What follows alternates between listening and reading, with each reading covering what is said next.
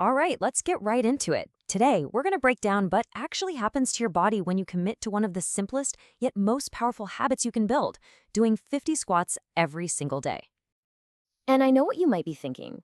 Can a habit that takes, 5 minutes, can that really transform your body? It sounds almost too easy, right?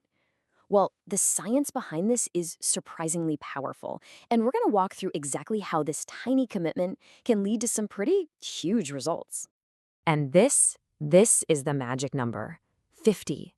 It's totally manageable, something you can do consistently. Seriously, we're talking less than 5 minutes out of your day. But it's also the perfect trigger to kickstart real physical change in your body. So, what can you actually expect to feel? Let's go through the timeline, because your body goes on this fascinating journey, especially during that first month.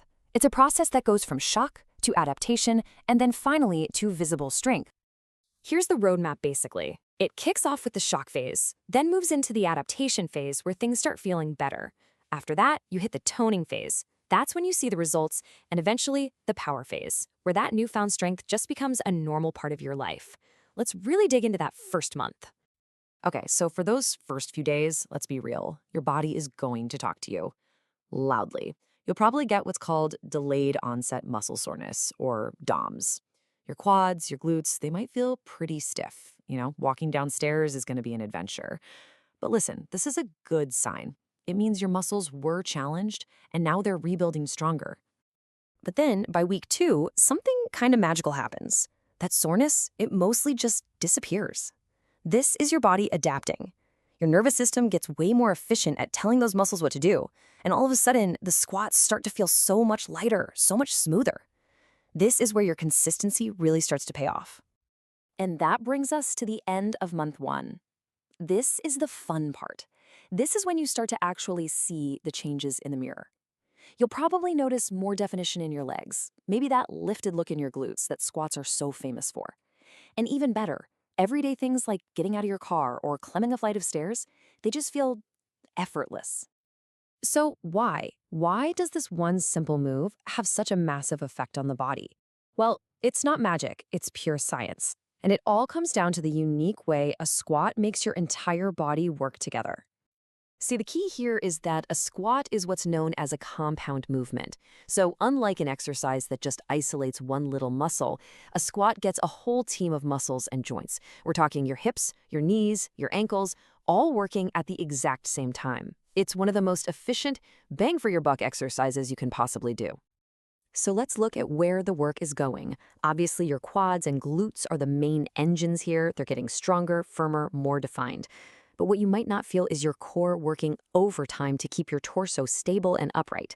That's a huge bonus for your posture. And even your joints win because the movement helps strengthen tendons and keep everything lubricated. Okay, so fast forward a bit. After a month or two, you might notice things start to slow down. This is the infamous plateau. But don't see it as a failure. Honestly, it's a sign of success. It means your body has totally adapted to the challenge. You've gotten stronger. It really gets at this core truth. Your body is an amazing adaptation machine. Once it can easily handle those 50 squats, it basically says, okay, job done, and it stops seeing a reason to keep changing. You've conquered that challenge, which means it's time to give it a new one. So, how do you keep that progress coming? It's all about a principle called progressive overload. And it's simpler than it sounds. You can add a little weight, even just holding a dumbbell. You can change the tempo, try going down really slowly. Or you can try different variations like jump squats to keep your muscles guessing. Now, before you even think about adding weight or getting fancy, we need to talk about the single most important thing, your form. I can't stress this enough. Doing this movement correctly is absolutely crucial for getting the benefits and, more importantly, for not getting hurt. So here it is, your 5-point checklist for a perfect squat. First, get your feet about shoulder width apart. Number 2, keep that chest up and brace your core, like you're about to take a punch. 3, start the movement by sending your hips back and down, like you're aiming for a chair behind you. 4, make sure your knees are tracking in line with your toes. And 5, this is a big one, keep your heels glued to the floor the entire time. Let's really zero in on the 2 most common mistakes we see. The first is knee cave. That's when your knees collapse inward toward each other. You have to actively think about pushing them out, keeping them aligned with your toes.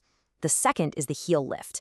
The second your weight shifts forward onto your toes, you lose all your power and stability. Keep that weight on your midfoot and heels. You know, the coolest thing about this daily habit is that the benefits go way beyond what you just see in the mirror. Committing to something like this creates this powerful ripple effect that touches your mind and just your overall sense of well-being.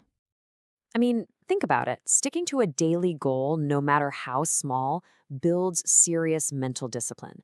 That feeling of getting physically stronger, that translates directly into a massive confidence boost in everything else you do. The movement itself improves circulation, and like we said, a stronger core helps you stand taller. It is a total body win. And really, it all just boils down to this simple idea. This is the whole point.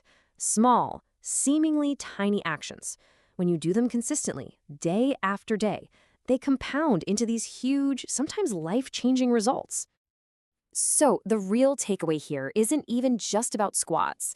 It's about the incredible power of any small daily commitment.